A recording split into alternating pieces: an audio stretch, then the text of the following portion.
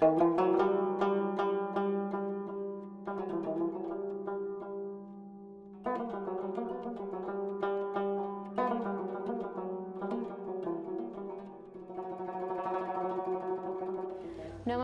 نوم رمزیه نورزی ده. زه د 2 کالو وم چې خپل کورنۍ سره د امریکې متحده ایالتونو ته راغلی یو. دلته مې د سیاسي علومو په څانګه کې خپلې لوړې او څانګیزې زده کړې سرته رسولې دي او اوس مهال په لوس انجلس ښار کې خپل شخصي تجارت لرم.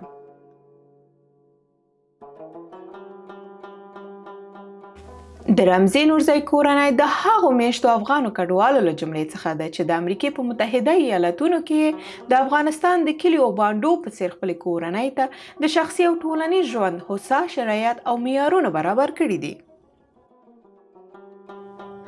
دا ځای خپله یو ځانګړې ښکلا لري چې رمزیه نورزی او محب نورزی خپلو خویندو ورونو سره یو ځای د خپل مور او پلار خوښۍ لپاره د افغانستان په توګه یو کلیوالي مالداري شرایط برابر کړي دي. دا کورنۍ 30 کاله وړاندې د امریکې متحده ایالتونو ته د رسمي کډوالو په صفت راغلي او په کالیفورنیا کې مېشته شوې ده. رمزیه وایي چې د دې مور او پلار دلته خوشحاله نه وو. هغوی تل د داسې یو ژوند ارمانجن وو چې د کوډاګو جګړو د مخه یې په افغانستان کې درلود، خو د امنیتي ستونزو له امله بیرته افغانستان ته تلل او هلته د پخوا په څیر د ژوند جوړول ستونزمن کار و. له دې کبله موږ ټول خویندې او ورونه دا پریکړه وکړه چې دلته په کالیفورنیا کې خپل مور او پلار ته د افغانستان په شان د ژوند کلیوالي شرایط او معیارونه چمتو کړو. موږ 2 کاله د مخې دا فارم د دې لپاره واخیسته چې خپل مور او پلار خوشحاله وساتو ترڅو دوی خپل اصلي هېواد افغانستان پسې خفه او زیږرخونه نشي. موږ پوهیږو دلته چې کوم افغانان کډوال له افغانستان څخه راغلي دي نو خپل ټاټوبې پسې ډیر زیات زیږرخون او خفه دي. زه او زما خویندې او ورونه غواړو چې خپل والدین له دې حالت څخه وژغورو.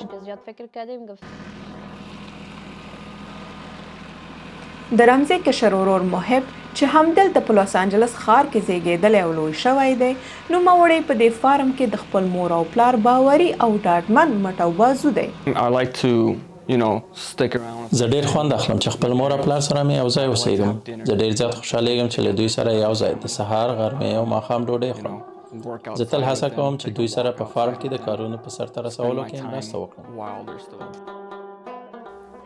د رمزي او محب مور او پلار چې د کامرې په وړاندې له خبرو کولو څخه ډډه وکړله، ماته یې وویل موږ له خپلو اولادونو څخه ډیر زیات خوشحاله او راضي یو. له دوی څخه مننه کوو چې موږ ته یې په دې کډوالۍ ژوند کې داسې ښه شرایط برابر کړي دي چې موږ ته زموږ د خپل ګران هېواد افغانستان یادونه او خاطرې تازه کوي. برېښنا تحریک د امریکا غږ آشنا ټلویزیون، کالیفورنیا، سانت لویس بیسپو.